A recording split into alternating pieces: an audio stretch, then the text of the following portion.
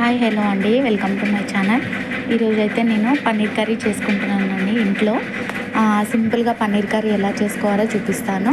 మనకి పెద్ద పెద్ద క్యూబ్స్ ఉంటాయి కదా, అవి చిన్న చిన్నగా కట్ చేసుకోవాలి. కట్ చేసుకొని తర్వాత బాండిలో ఆయిల్ వేసుకొని కొంచెం ఆయిల్ బాగా హీట్ అయిన తర్వాత పన్నీర్ అయితే వేసుకోవాలండి.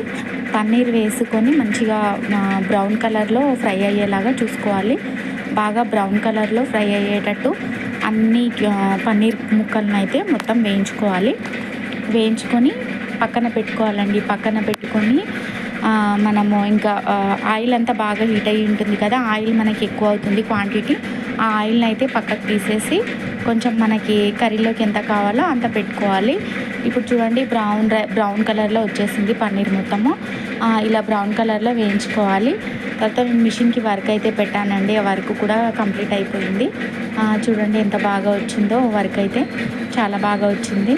మిషన్ అయితే ఆఫ్ చేసుకొని నెక్స్ట్ కర్రీ అయితే చేసుకోవాలండి. నేను నెక్స్ట్ ఆయిల్ అంతా తీసేసుకొని అదే బాండిలో కొంచెం ఆయిల్, కర్రీకి సరిపడా ఆయిల్ వేసుకొని దాంట్లో వెల్లుల్లి అయితే వేసుకొని బ్రౌన్ కలర్లోకి వచ్చేటట్టు వేయించుకోవాలి. బ్రౌన్ కలర్లో వచ్చిన తర్వాత కొద్దిగా వేగిన తర్వాత టమాటా ఇంకా పచ్చిమిర్చి కూడా వేసుకొని వేయించుకోవాలి. అల్లం వెల్లుల్లి పేస్ట్ కూడా వేసుకోవాలండి, మిస్ అయిపోయింది అది క్లిప్ పెట్టడానికి. అల్లం వెల్లుల్లి పేస్ట్ వేసుకొని బాగా వేయించుకున్న తర్వాత దాంట్లో పసుపు, ఉప్పు, కారం అయితే వేసుకోవాలి.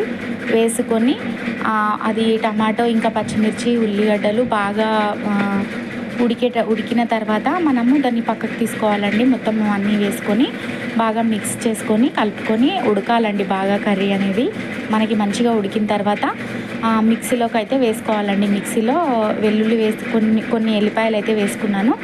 ఇంకా పుదీనా, కొత్తిమీర కూడా వేసుకున్నాను. ఇంకా ఇప్పుడు మనం ఫ్రై చేసి పెట్టుకున్న టమాటో, వెల్లుల్లి అది ఉంది కదండి,